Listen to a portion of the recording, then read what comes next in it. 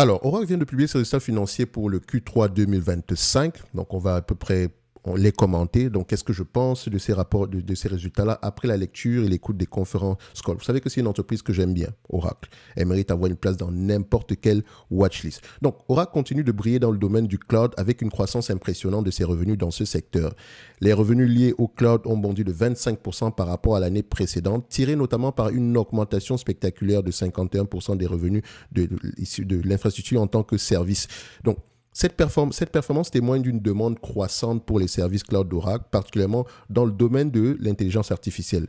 En effet, l'entreprise connaît une demande record pour l'entraînement et l'inférence des modèles d'intelligence artificielle grâce à une infrastructure cloud à la fois performante et économique qui la positionne comme un choix privilégié face à ses concurrents. Sur le plan géographique, Oracle accélère son expansion avec l'ouverture de sa 101e région cloud.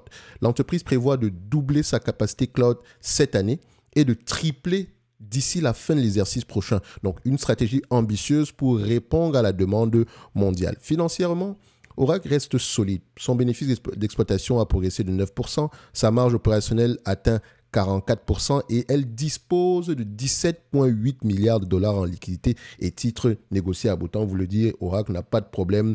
Enfin, on va se dire ici, il n'y a pas de risque majeur sur le plan financier par rapport à Oracle. D'accord ? C'est une entreprise qui est solide financièrement. Donc, elle a la capacité de souffrir et donc également la capacité d'investir massivement pour la dépense en capital actuelle. Parce que quand on vous dit ici qu'on va doubler la capacité cloud et tripler d'ici la fin de l'exercice, ça veut quand même dire qu'on va énormément dépenser en capital.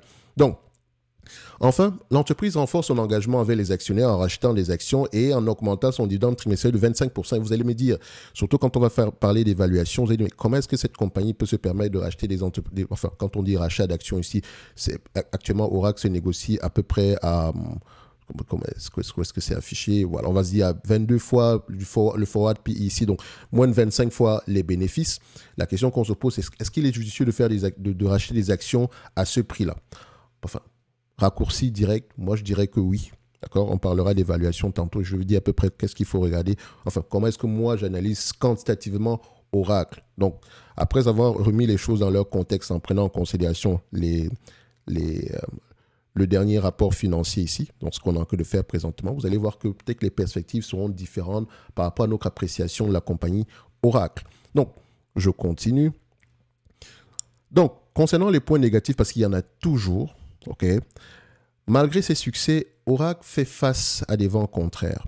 Les revenus issus des licences logicielles traditionnelles ont chuté de 8%, signe d'une transition difficile vers le modèle cloud dans un secteur où les ventes classiques perdent du terrain. Pour ça, je ne m'inquiète pas du tout. Okay? Le changement ici vers un modèle IaaS ou bien SaaS est toujours très apprécié dans le domaine des logiciels. D'accord? Donc, de plus, les fluctuations des devises ont eu un impact négatif sur les prévisions de bénéfices par action, ce qui pourrait refroidir certains investisseurs. Autre sujet de préoccupation, les dépenses d'investissement, donc, qui devraient doubler pour soutenir l'expansion des capacités cloud. C'est temporaire, c'est une dépense en capital de croissance. Quand on regarde le CAPEX, il faut toujours se poser la question de savoir quel type de dépenses en termes de CAPEX on a présentement. Est-ce que c'est CAPEX de croissance ou de maintenance? Pour faire simple, le CAPEX de maintenance sera généralement équivalent à la dépréciation amortissement. Pour faire simple, mais il faut toujours aller regarder au-delà des chiffres. D'accord? Donc, enfin, Oracle repose en partie sur des partenariats avec des géants comme AWS, Google et Azure pour déployer ces nouvelles régions et services cloud. Cette dépendance introduit une incertitude quant au délai de mise en œuvre. Donc, il faut faire attention à ce niveau-là. En somme, Oracle affiche une dynamique prometteuse dans le cloud et l'IA, des secteurs clés pour l'avenir du numérique. Cependant, la baisse des revenus des licences logicielles et les défis externes comme les fluctuations monétaires ou les dépendances aux partenariats rappellent que la transition vers un modèle entièrement centré sur le cloud n'est pas sans obstacle. Avec une stratégie claire et des investissements massifs, Oracle semble bien positionné pour capitaliser sur les opportunités de demain tout en devant rester vigilante face aux incertitudes d'aujourd'hui. Donc, ici, au niveau des états des chiffres, qu'est-ce que ça va nous donner? Je vais déjà prendre ceci. Pour moi, comme je l'ai dit, Oracle mérite d'avoir une place dans n'importe quel watchlist. C'est ce qu'il y a fait ici. Donc, croissance des revenus, comme on peut le voir ici, Oracle est plutôt une entreprise mature. Ok, vous allez voir, pendant presque 10 ans, on a presque rien fait, on a fait du surplace. C'est la raison pour laquelle le marché a eu tendance à la valoriser aux alentours d'une quinzaine de fois les bénéfices. Mais il y a quelque chose qui a changé à partir de 2022. Déjà, ils ont fait une grosse acquisition et il y a eu à tout prix toute cette hype au niveau aussi de l'intelligence artificielle, etc. Mais voilà, c'est surtout quand on peut regarder ici, quand on regarde la croissance d'une compagnie, ce qui nous intéresse, c'est d'où vient la croissance. D'accord? On a fait, je pense, l'acquisition de Cerner à ce niveau, qui est Cerner, c'est tout ce qui concerne ici la numérisation ici des données médicales, on va le dire comme ça. Donc, ici, c'est un mix entre croissance organique et inorganique. Ensuite, stabilité ou croissance des marges brutes. On a une décroissance des marges brutes. Mais attention, toujours mettre cela en perspective avec les marges EBITDA. Et là, on se rend compte que c'est plutôt quelque chose d'assez stable, même si, voilà, stable par rapport à la moyenne sur les 20 dernières années, sur les 10 dernières années également, sur les 5 dernières années également. Donc, on a quand même une période où on avait des marges bien plus élevées que la moyenne ici. Et il n'est pas exclu qu'on revienne. Je pense qu'entre 2020 et 2022, c'était le cas. Donc, quelqu'un qui va analyser cette compagnie devrait se renseigner sur la raison pour laquelle les marges ont diminué entre 2022 et 2025 au niveau des marges brutes. Et si la raison derrière ici, voilà, si c'est temporaire, tant mieux. Si c'est durable, il faut également le prendre en considération. Parce que si on extrapole au niveau des marges, ici en se disant que voilà une entreprise qui a l'habitude d'avoir des marges de 45% et qu'elle aura à peu près la même chose les 5 prochaines années, alors qu'en lisant les rapports financiers, on se rend compte que l'entreprise dit qu'on va sacrifier les marges ici pour la croissance en moyen terme, il faut faire très attention. Ça change un tout petit peu le narratif. OK?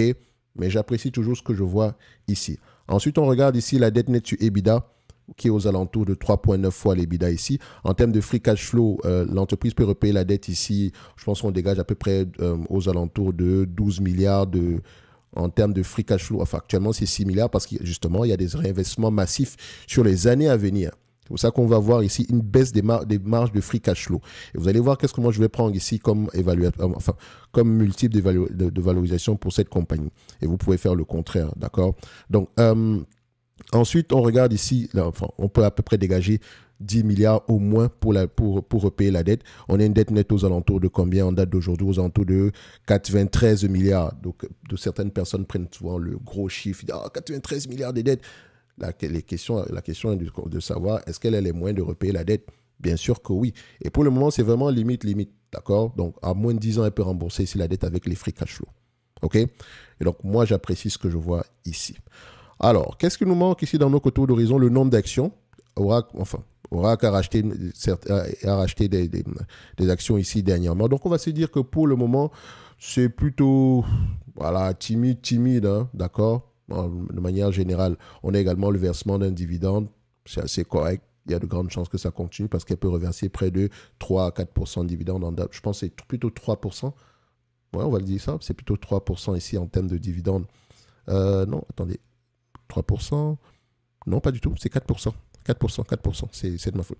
Donc, c'est plutôt 4% ici, possible, ce qui n'est pas mauvais. Donc, le 1%, il y a de fortes chances que le dividende continue à croître. Ça, c'est une certitude. D'accord? Tant que l'entreprise continue à cracher du cash.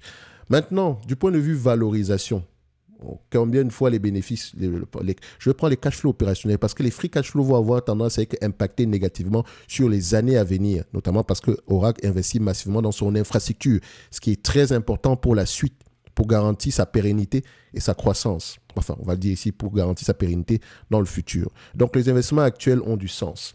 Maintenant, du point de vue cash flow, est-ce que les analystes ont tendance à faire de bonnes prévisions? 82% du temps, ils ont raison.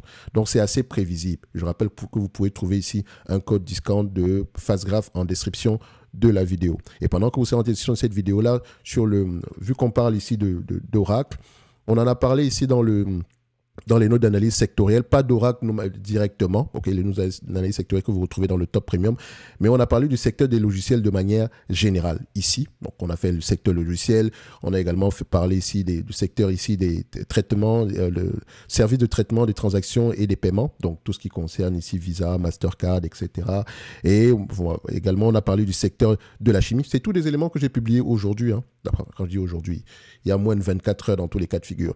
Donc, dans le secteur des logiciels, moi, je suis optimiste. Je ne me casse pas la tête par rapport à ça. J'ai toujours dit, et ça, ce n'est que mon avis. Et vous pouvez aller vérifier dans tous les cas de figure. Les entreprises qui vont vraiment bénéficier de tout ce qui concerne l'intelligence artificielle, c'est vraiment les entreprises qui ont déjà un logiciel bien établi en date d'aujourd'hui. D'accord? Donc, juste pour terminer ici en termes d'évaluation, pour Oracle, je ne paierai pas plus que 15 fois les cash flows opérationnels. C'est-à-dire ici que si on se projette un tout petit peu jusqu'en 2027, ça donne à peu près 166 $ l'action. Moins la dette nette, il faut toujours enlever la dette nette ici. Donc, moins la dette nette, 166, moins la dette nette, ça donne combien? On a une dette nette de 27 $. Donc, 166 moins 27, j'arrondis bien sûr, ça donne à peu près 139 $. Donc, Oracle est correctement évalué selon moi en date d'aujourd'hui. Correctement, c'est surtout en achetant du Oracle, comment je peux dire ça simplement? En achetant du Oracle au prix actuel, ça veut dire qu'on se projette déjà au-delà de 2027, en sous-entendant que les bénéfices attendus en 2020 en termes de cash flow opérationnel se réalisent. Donc, si on veut booster si on veut faire de la croissance ou bien de la performance sur Oracle, il faut vraiment regarder la croissance au-delà de 2027. Donc, taille du marché, etc. Ça pourrait être intéressant à les regarder. Mais au prix actuel, quelqu'un qui achète du Oracle n'est peut-être pas fou. Est-ce que c'est l'opportunité du siècle? C'est juste correct, sans plus. OK? Mais ça reste une belle entreprise à avoir en portefeuille. En tout cas, ce n'est que mon avis. Du point de vue dividende est safe, il y a de grandes chances qu'il continue à croître. Ça, c'est tout à fait normal. Donc, aujourd'hui, si l'entreprise vous reverse la totalité des bénéfices nets en dividende, vous aurez à peu près un 4% de rendement par là. Ce qui sous-entend ici que que le dividende ici, c'est ce que j'entends qu'on a à peu près un plafond de verre plus élevé que ce qu'on nous propose en date d'aujourd'hui par rapport au dividende. Donc, on est certain qu'il va avoir tendance à croître dans le futur. Bref, on va continuer à suivre l'entreprise ici. Ceci n'est que mon avis et non un conseil d'investissement. Un like, un abonnement, un commentaire, ça fait toujours plaisir. En description de la vidéo, vous avez le lien vers la top newsletter. Donc, pendant que vous serez sur cette page-ci, d'accord, vous pouvez vous abonner pour la newsletter ou bien nous rejoindre ici dans le service top premium où vous avez généralement ici le pack du débutant, les analyses sectorielles, la watchlist, comité privé, l'analyse quantitative. L'analyse quantitative, c'est vous qui faites la demande. Thierry, est-ce que tu peux analyser telle ou telle entreprise? Et vous avez la certitude que je vais avoir tendance à le faire ici dans des délais assez raisonnables. Bref, nous, on se donne rendez-vous sur les prochaines vidéos. Un like, un abonnement, un commentaire, ça fait toujours plaisir. Et si vous avez des questions, généralement, il y a quand vous êtes sur cette page, il y a généralement un petit truc ici, comment on appelle ça? Une info bulle généralement ici qui va s'ouvrir juste pour que vous puissiez poser vos questions, etc. Bref, dans tous les cas de figure, vous avez également tout ce qui concerne ici les commentaires sur YouTube. Donc, pour moi, Oracle, c'est une entreprise intéressante au prix actuel et j'avais oublié, vu que c'est une entreprise qui fait partie de notre watchlist et qu'on avait un target price aux alentours de 139 $, tout ce que je vais faire, c'est la mettre à jour dans ma watchlist. Je viens là, Oracle, c'est information et technologie, software, on vient là. Donc, la watchlist en description, enfin, vous pouvez avoir accès dans le top premium. Et donc, je viens ici, je mets à jour la watchlist avec les objectifs de prix. Donc, on met ça, hein, on ferme, collapse all, information et technologie. On cherche ORCL, Oracle, vu que c'est classé en ordre alphabétique, 130, j'étais à combien? J'oublie tout, 139 $. Donc, la dernière fois, c'était 100. C'est la même chose. Ça n'a pas trop changé par rapport à notre dernière évaluation ici. Je mettrai juste la date d'aujourd'hui, 7 as today.